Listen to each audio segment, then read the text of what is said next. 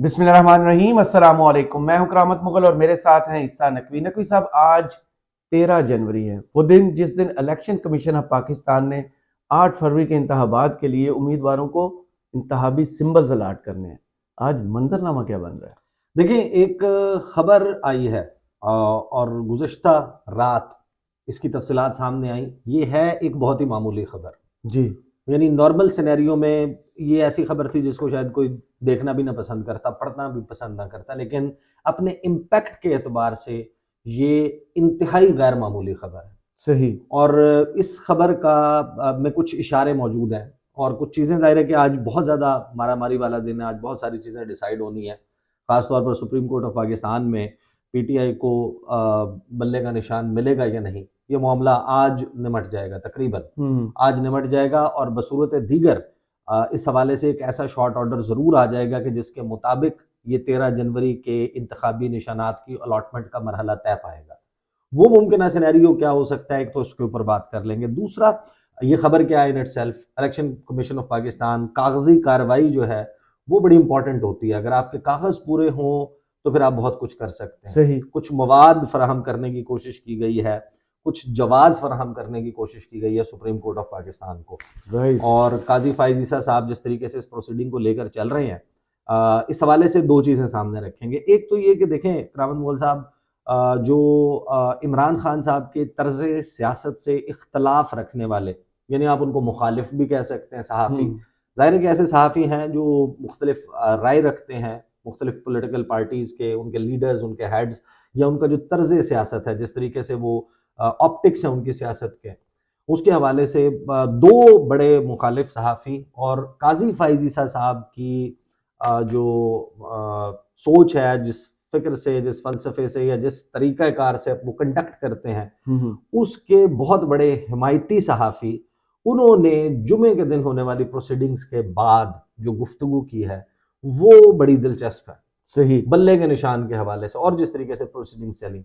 एक चीज़ अपने ज़हन में रखिएगा, देखें ये जो पाकिस्तान है ना, ये वो पाकिस्तान नहीं है जिसमें हमारे जितने भी 60s, 50s, 40s के लोग हैं और 30s के लोग भी, ये वो पाकिस्तान नहीं है जिसमें उन्होंने आँख खोली थी, जिसमें उनकी तरबियत हुई, जिसमें उनका एक लिविंग स्टाइल डेवलप हुआ। ये पाकिस्तान तब्दील हो गए।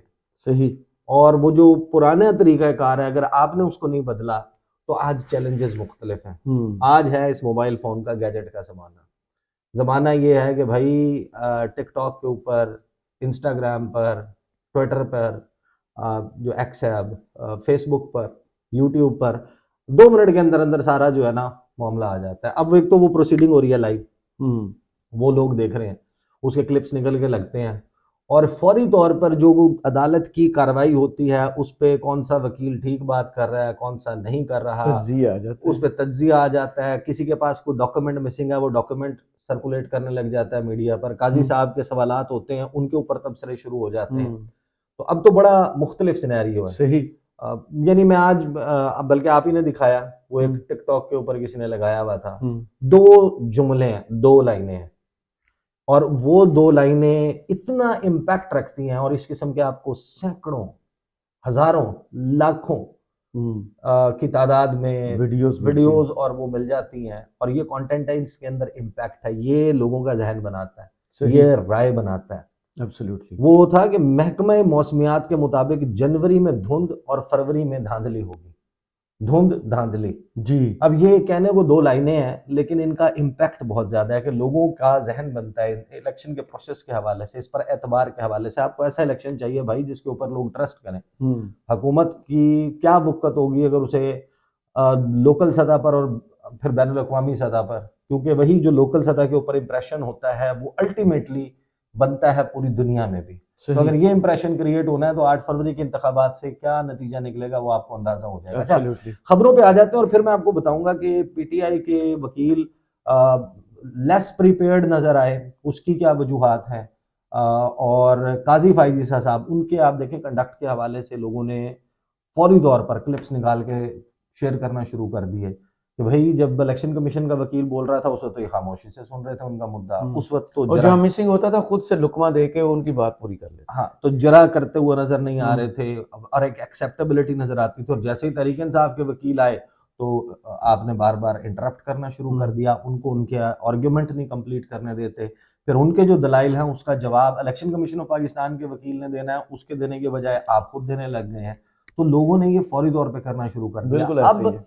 आपको पता है कि जो इंट्रा पार्टी इंतखाबात हैं, मैंने अपनी जितनी भी वीडियोस की हैं, किसी एक वीडियो में हमने ये नहीं कहा कि पीटीआई के इंट्रा पार्टी इंतखाबात जो हुए दिसंबर के महीने में वो कोई परफेक्ट इंतखाबात, nobody said that, they were held under special circumstances. जी। एक मखसूस किस्म का सिनेरियो क्रिएट हुआ तहरीक इंसाफ के लिए जिसमें वो इंतखाबात हुए।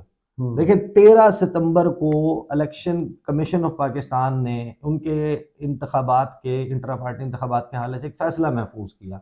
71 दिन इंतजार किया, फैसला महफूज रहा और 23 नवंबर को आगे वो फैसला गैर महफूज हो गया, यानी वो फैसला जारी कर दिया गया। और 23 नवंबर को जब इलेक्शन शेड्यूल अनाउंस करना था इन्होंने 22 दिन के बाद, और 7 दिन के बाद इनकी जो हल्का बंदियों का और वोटर फहरिस्तों का काम है वो मुकम्मल होकर शाया होना था। उस वक्त इन्होंने कहा कि भाई आप अपने इंटर पार्टी इंतखाबात करवाएं क्योंकि इस वजूहात की वजह से, और आपका वो जो आइन था वो आइन के मुताबिक और उस तरीके से नहीं हुए, आप दोबारा करवाएं 20 दिन के अंदर और रिपोर्ट जमा करवाएं। सही। अब आप बताएं कि वो सियासी जमात जिसके इस दौरान जनरल सेक्रेटरी से सियासत किस तरीके से छुड़वाई गई वो सबको मालूम है, और नया जनरल सेक्रेटरी लगा तो फिर जाहिर है कि जो पार्टी का इंफ्रास्ट्रक्चर था वो सारे गायब थे। एक बंदा जेल में है, एक बंदा मफरूर है, कोई बंदा भागा हुआ है, कोई बंदा जो है वो छुपा हुआ है। तो ये सारी सूरत हाल में जब उन्होंने इलेक्शन करवाने थे एक कैच 22 सिचुएशन में पड़े हुए, तो वो तो परफेक्ट इंतखाबात नहीं होने थे। सही। अब होता ही है कि काजी साहब जो है वो अदालत में जो इंट्रा पार्टी इंतखाबात हैं उनके हवाले से कुछ सवालात उठाते हैं। तहरीक इंसाफ के लोग अपेरेंटली जो उनके वकला हैं वो उस तरीके से सेटिस्फैक्ट्री या ऐसा कि जिसमें आप बिल्कुल कोई रास्ता ही ना छोड़े, ना प्लग कर दें तमाम वॉल्व्स, बिल्कुल वो वाला जवाब ना दे पाए, तो फिर बहुत सारे लोगों ने एक नोटिफिकेशन शेयर किया और वो पूरे मीडिया के ऊपर सर्कुलेट होने लग गया। वो था मुस्लिम लीग नवाज के इंट्रा पार्टी इंतखाबात का नोटिफिकेशन, जिसमें सारे के सारे अनअपोज्ड थे। और वो इलेक्शन भी कैसे हुआ था, ये कहते हैं ना कि आपने तशहीर नहीं की, आपने बताया नहीं कि कौन इंटरेस्टेड होगा, कोई चाहता है, फिर आप उस शफाफ तरीके से इलेक्शन कमिश्नर कहाँ से आपने जनाब नॉमिनेशन पेपर लेने हैं, सब कुछ करना है, ये वसूल ज़ाब्ते जो 2 साल से इस मुल्क में इलेक्शंस नहीं करा रहे जी। और 7 जनवरी को इन्होंने नोटिस दिया था मुस्लिम लीग नवाज को कि आप अपने इंट्रा पार्टी इंतखाबात करवाएं, वरना आपको अगर 1 हफ्ते के अंदर अंदर नहीं करवाते तो आपको शेर का निशान जारी नहीं किया जाएगा। उसके बाद मिड जून में जाकर अचानक से एक दिन टीवी पर पता चला कि जनाब वो तो उनकी आज इंट्रा पार्टी इंतखाबात है। वो सिर्फ अनाउंसमेंट हुई थी, कोई नोटिफिकेशन नहीं हुआ था, कोई उसके लिए इलेक्शन शेड्यूल नहीं जारी किया गया था, कोई उसके लिए नॉमिनेशन पेपर नहीं बनाए गए थे। कन्वेंशन सेंटर में बैठकर एक तकारीर का छोटा सा सिलसिला शुरू हुआ, बिरयानी की देग पकी, बांटी गई और नामों के ऐलानात अनअपोज्ड जो है वो कर दिए गए। अब ये नोटिफिकेशन आया जनाब सामने और हर किसी ने इस नोटिफिकेशन को शेयर करना शुरू किया कि मियां Mohammad Shahbaz Sharif president unopposed, Maryam Nawaz Sharif senior vice president unopposed, Ahsan Iqbal Chaudhry secretary general unopposed, Ataullah Tarar deputy general secretary unopposed, Mohammad Ishaq Dar finance secretary finance unopposed, Maryam Aurangzeb secretary information unopposed. इस इलेक्शन के ऊपर किसी ने एतराज नहीं किया, किसी को नहीं आया, क्योंकि ये हमारा पाला छबेबी है ना, लाडला सिस्टम का। दैट वाज द टाइम जिस वक्त ये सवाल क्योंकि ऑलरेडी बहुत सर्कुलेट कर रहा था मीडिया में, तो फिर दिलचस्प बात ये हुई कि जाहिर है कि एक तनकीद मुसलसल इलेक्शन कमीशन पे चल रही है कि भैया 175 सियासी जमातें हैं आपके जिनके आपने वेबसाइट के ऊपर नाम दिए हैं, लेकिन परफेक्शन आपको पीटीआई में चाहिए, आपको एक में परफेक्शन चाहिए। बताएं आपने और कितनी सियासी जमातों के इंतखाबी निशान आज तक आपने सुना जेयूएफ के इंतखाबात में इंट्रा पार्टी? हाँ, अच्छा अब फिर देखे ना यहाँ पे होती है फिर कागजी कार्रवाई के जुमे के दिन इलेक्शन कमीशन ऑफ पाकिस्तान एक ऐसा काम करता है, एक ऐसी वारदात डालता है कि जिससे कागज पूरे कर दिए, यानी कागजी कार्रवाई ऐसी की कि अगर काजी फाइजी साहब ने ये वाला फैसला लेना हुआ या ये लेना हुआ तो to the satisfaction of the court आप कुछ ऐसा मवाद रख दें सामने कि नहीं देखें जनाब हमने तो ये किया है। अदरवाइज भी अगर ये होती ना खबर, पीटीआई का मामला ना होता, इस खबर को किसी ने घास नहीं डालनी थी। सही। लेकिन ये है एक गैर मामूली खबर, बट इस सिनेरियो में this is one of the most important news stories जो कल रिपोर्ट हुई है। इंट्रा पार्टी इलेक्शन ना कराने पर 13 जमातें डी लिस्ट, 2 को इंतखाबे निशान allot. Election commission of Pakistan ने कल कार्रवाई ये डाली है कि इलेक्शन कमीशन से ये इंफॉर्मेशन जारी की गई, रिपोर्टर्स को बताया गया, जिसकी बुनियाद पर यह खबर लगी कि इलेक्शन कमीशन ने इंट्रा पार्टी इंतखाबात ना कराने पर 13 सियासी जमातों को डी लिस्ट कर दिया। अच्छा, पहले कभी किया आपने? पहले ऐसी खबरें देखी आपने? इंतखाबी निशानात की अलॉटमेंट के हवाले से इतना बड़ा कोई हंगामा आपने देखा? नहीं देखा ना। इलेक्शन कमीशन ने सियासी जमातों के इंट्रा पार्टी इलेक्शन ना कराने के मामले पर 2 सियासी जमातों के इंट्रा पार्टी इंतखाबात कबूल और 13 के मुस्तरद कर दिए। इलेक्शन कमीशन ने अपने फैसले में 13 जमातों को डी लिस्ट करते हुए कहा कि सियासी जमातों का रवैया गैर संजीदा था। यानी आप एक टर्म होती है एक्टिंग में जिसे मेथड एक्टिंग कहते हैं। अच्छा, ये मुझे कि नहीं पता। आप पहले उस असली करैक्टर जो है ना उसको ऑब्जर्व करते हैं, उसके रंग में रंगते हैं, उठता बैठता कैसे है, बोलता कैसे है, चलता फिरता कैसे, आंखें कैसे झपकता है, हाथ कैसे उठाता है।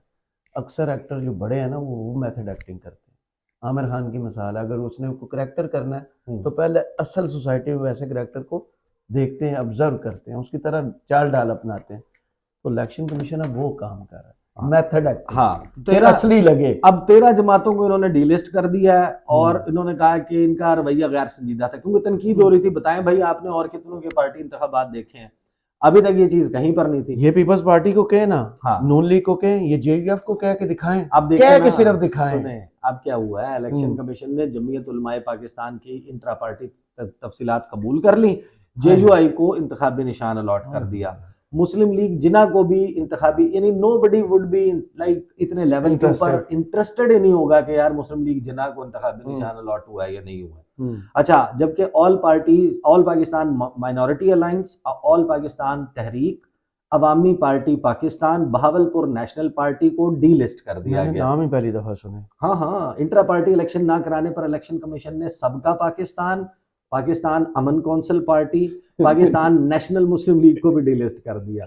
अब ये कौन सी पार्टी? अच्छा, फिर आगे कहते हैं कि पाकिस्तान अमन पार्टी, पाकिस्तान बराबरी पार्टी, मसीही अवामी। हाँ, इसको मैं जानता हूँ, पाकिस्तान बराबरी पार्टी, ये उनकी है, जवाद सिंगर जो। अच्छा, मसीही अवामी पार्टी, पाकिस्तान कौमी यकजहती पार्टी, सुन्नी तहरीक और निज़ाम मुस्तफ़ा पार्टी को भी डिलिस्ट कर दिया। सुन्नी तहरीक बड़ी पार्टी है। अच्छा, अब इसमें देखें पाकिस्तान बराबरी पार्टी, अब जवाद जो सिंगर है, अहमद जवाद, बताएं अब पूरा ना, अब मजा आएगा। नहीं, मैंने सुने उनके बहुत गाने हैं, ऐसी बात नहीं है कि वो गैर मारूफ। अब देखें कितनी बड़ी सिंगर ही was popular. No, I forgot his name, Jawad something ना। हाँ, तो जवाद साहब जी की जो पार्टी, मुझे भी याद नहीं आ रहा था मसला ये। आज दिलचस्प बात पता है क्या थी? मैंने इलेक्शन एक्ट 2017 पढ़ा और जो पार्टी है उसने रजिस्टर कैसे होना है उसका तरीकाकार पढ़ा, तो मैं हैरान हूं कि इन्होंने अपनी पार्टी रजिस्टर कैसे करवाई थी। अच्छा, क्योंकि इलेक्शन एक्ट 2017 के मुताबिक आपने कम से कम 2000 लोगों के सिग्नेचर्स के साथ, उनके आईडी कार्ड्स, एड्रेसेस के साथ उस पार्टी की मेंबरशिप बना के वो तफसीलात, वेरीफिएबल तफसीलात इलेक्शन कमीशन में जमा करानी होती है। तो ये जवाब में बुरा ना मनाइएगा यार, वो मुझे अच्छा, पता, अपना हर सॉन्ग सेंड भी करते हैं। अच्छा, हाँ, बहरहाल देखें इस सारे तरीक़ेकार पे जिस तरीके से ये सारा मामला चल रहा है, अभी तो खैर फैसला नहीं आया। कुछ लोग ये कह रहे हैं कि election commission of Pakistan, chief justice of Pakistan bill आखिरकार पीटीआई को बैट का सिंबल दे देंगे। आज कुछ ना कुछ ऐसा हो जाएगा, कुछ इसमें सारी कार्रवाई में चीजें आएंगी कि जिस पे दे देंगे। असल चीज है कि डैमेज हैज बीन डन। ये जो बल्ले का निशान है, यानी आपको बिल्कुल एक बाल्टी पकड़ा दी है उनकी टीम को ना, उस बाल्टी में 150 सुराख है और उससे पानी गिर रहा है और 8 लोग हैं और 8 लोगों के 16 हाथ हैं और उन्होंने उन सुराखों को बंद करना है कि इससे पानी ना गिरे। ये है इस वक्त पीटीआई की सूरत हाल जो क्रिएट की गई है। आप कैसे एक्सपेक्ट करेंगे कि एक बंदे की इस केस पे तैयारी होगी जब उनके ऊपर इस वक्त सैकड़ों केसेस का बोझ है और हर बंदा दौड़ में, हर वकील बेचारा दौड़। दूसरी बात भाई, पेशावर लाहौर इस्लामाबाद, पेशावर इस्लामाबाद लाहौर अडयाला, हाँ, वो जाके अडयाला जेल में मुशावरत करेगा। तनकीद बहुत आसान है, केस की तैयारी बहुत वो मुश्किल काम है। 859 हलकों में जो है वो उम्मीदवार, उनके यानी मल्टीपल उम्मीदवार 6-6 7-7 लोग जो बिल्कुल। पार्टी टिकट के ख्वाह हैं, उनकी सिफारिशें आ रही हैं, उनके फोन्स आ रहे हैं, वो खुद मिलने आ रहे हैं। कोई कुछ कह रहा होगा, कोई अपने लिए जोर लगा रहा होगा, कोई सिफारिश डलवा रहा होगा, ये सब कुछ कर रहा लेकिन होगा। इम्प्रेसिव वर्क किया उन्होंने, जो अचानक लिस्टें भी आई हैं, हाँ, इम्प्रेसिव वर्क उस किया। सारी सिचुएशन में भी, और अदर नहीं, उन लिस्टों के ऊपर तो बहुत एतराज है। और ये वो बात थी जो मैंने कही थी, और बहुत सारे लोगों ने नीचे कमेंट्स में लिखा नहीं ऐसा कुछ भी नहीं होगा, नहीं फलाना, ऐसा लेकिन जो नहीं हालात है उसके मुताबिक होना था भाई, ये सब कुछ नेचुरल होना है, था। नेचुरल। अब मैं आपको ना जरा दो लोग, मतीउल्लाह जान और हसनात। हसनात मलिक, ये दोनों हैं। इन दोनों का इख्तलाफ है उस तर्ज सियासत से जो इमरान खान साहब के, they have all the right कि उनका बिल्कुल सही। वो उसको गलत समझें, वो जानते हैं, बिल्कुल वो समझते हैं अपने लिए, वो जो दलाइल देते हैं, कोई उसको बाय करता है, कोई नहीं करता, कोई एक्सेप्ट करता है, कोई रिजेक्ट करता है, बट रजिस्टर्ड हैं एज एंटी इमरान खान, कि इनके नजरियात या इनका सोच जो है वो इमरान खान के मुखालिफ है। बिल्कुल सही। और दोनों की काजी फायज ईसा साहब के हवाले से राय बहुत एक है, मस्बत, बहुत इन दोनों की हाँ, राय काजी साहब कि के वो उनको बारे में। बहुत बेहतरीन समझते हैं। उन्होंने जो कंडक्ट है, जिस तरीके से मामला चल रहा है, और सुप्रीम कोर्ट जिन सवालात को और जिन हालात को देख रही है, वो मैं आपको सुनवा देता हूँ, एंड देन मैं आपके सामने इस मुकदमे को बड़े ही क्लियर टर्म्स में, मैं जैसे देखता हूँ, आईने पाकिस्तान वो सामने मौजूद है, मैंने खोला हुआ है, वो मैं आपके सामने 3 आर्टिकल्स, 4 चीजें ऐसी रख दूंगा कि जिसमें ये मामला बिल्कुल क्रिस्टल क्लियर हो जाता है। बाकी सब मामला लेफ्ट राइट कहानी है। आप पहले सुन लें जनाब मतीउल्लाह जान क्या कह रहे हैं, फिर मैं आपको हसनात मलिक का सुनवा देता हूँ कि वो क्या कहते हैं। पाकिस्तान का काम है कि आईने पाकिस्तान में जो आर्टिकल 17 है वो उसकी तशरीह करें और बताएं कि अगर किसी पार्टी ने इलेक्शन नहीं भी कराए या किसी एक पार्टी ने नहीं कराए, तो क्या इसका मतलब ये है कि उसको इलेक्शन से आउट कर दो, उसका इलेक्शन का निशान छीन लो। ये बिल्कुल वैसे है जैसे कोई कल सुप्रीम कोर्ट का तराजू उठा के, जो इंसाफ का तराजू बाहर में लगाया हुआ है, वो उठा के फेंक दे कि हम सुप्रीम कोर्ट का ये तराजू निशान नहीं होगा। निशान एक सिंबल है, आम लोगों को राइट टू फ्रेंचाइज है, उनका वोट डालने के लिए एक फैसिलिटी है। आप पूरी पार्टी को कैसे पनिश कर सकते हैं? आप जुर्माना कर दें और ये सिर्फ बात इलेक्शन कमीशन तक रहनी चाहिए, ये सुप्रीम कोर्ट में ये मामला आना ही नहीं चाहिए नसीम। और ये जिन लोगों ने ये कानून बनाया, पॉलिटिकल पार्टीज एक्ट, उन्होंने यकीनन अपने पांव पे कुल्हाड़ी मारी है सियासतदानों ने। इन्होंने अब सियासी जमातों के अंदर भी एक पॉलिटिकल इंजीनियरिंग का रास्ता खोला है, तो ये मामला नहीं आना चाहिए था। और आखिरी बात, ज्यादा से ज्यादा ये होना चाहिए कि इलेक्शन से आप चंद महीने पहले एक सियासी जमात को पकड़ के उसके इलेक्शन को लेके बैठ गए, इसमें कट ऑफ डेट होनी चाहिए। और मैं समझता हूं कि सुप्रीम कोर्ट को जो पॉलिटिकल पार्टीज एक्ट है या इलेक्शन एक्ट है, उसको रीड इन करके एक डेडलाइन मुकर्रर कर दें कि किसी भी पार्टी को इलेक्शन से साल या 2 साल पहले बिल्कुल उसके इलेक्शन। अच्छा, ये है जो मतीउल्लाह जान कह रहे हैं। हसनात मलिक इस हवाले से क्या कह रहे हैं वो भी सुन लें। हसनात मलिक क्या कहते हैं। इन्होंने बहुत ज्यादा डिस्क्रिपेंसीज हैं उसमें, लेकिन फिर भी बर्डन जो है वो चीफ जस्टिस काजी भाई साहब पे है। अल्टीमेट परसेप्शन क्या होनी है, जब आप पॉपुलर एक पार्टी को उसका निशान नहीं मिलेगा, तो फिर जो है वो चीफ जस्टिस पे सवाल होगा, वकला से सवाल नहीं होगा। तो असल मेरा ख्याल है कि टेस्ट जो है वो चीफ जस्टिस काजी भाई साहब और बेंच का है। इन्होंने बहुत ये सवाल हसनात मलिक ने कहा। अब मैं आपको एक बात बताता हूँ। देखें, ये है आईने पाकिस्तान मेरे सामने, ये खुला हुआ है पाकिस्तान का आइन। और पाकिस्तान का आइन क्या कहता है, 3-4 चीज़ें मैं आपको बता देता हूँ। इससे आसान मुकदमा ही कोई नहीं है। पीटीआई हम नहीं ये इस बात को एक्सेप्ट करते, नहीं मानते कि 80% पॉपुलर है, 90% पॉपुलर है, जो क्लेम्स, या 70% पॉपुलर है, या 62% पॉपुलर है। जो नून लीग का स्पॉन्सर्ड सर्वे इस वक्त चल रहा है उसमें 34-32 चल रहा है कि 34% नवाज शरीफ पॉपुलर है, 32% फारूकी साहब ने किया, इमरान खान पॉपुलर है। लगता यही है जिस जो पॉपुलैरिटी है इसको भी ना माने, वही कर सकते, इसको भी ना माने। हम ये समझ लेते हैं कि भाई जो पाकिस्तान के कुल रजिस्टर्ड वोटर है ना, उनमें से महज सिर्फ 10% लोग होंगे जिनकी चॉइस तहरीक इंसाफ होगी। इस पैमाने को रख के आगे चलते हैं। पाकिस्तान में इस वक्त टोटल रजिस्टर्ड वोटर हैं 12 करोड़ 85 लाख तकरीबन। 12,85,00,000 का 10% बनता है 1,28,00,000। 1,28,00,000 लोगों का मुकदमा है ये, पहली बात। ये 2-4 लोगों का नहीं है।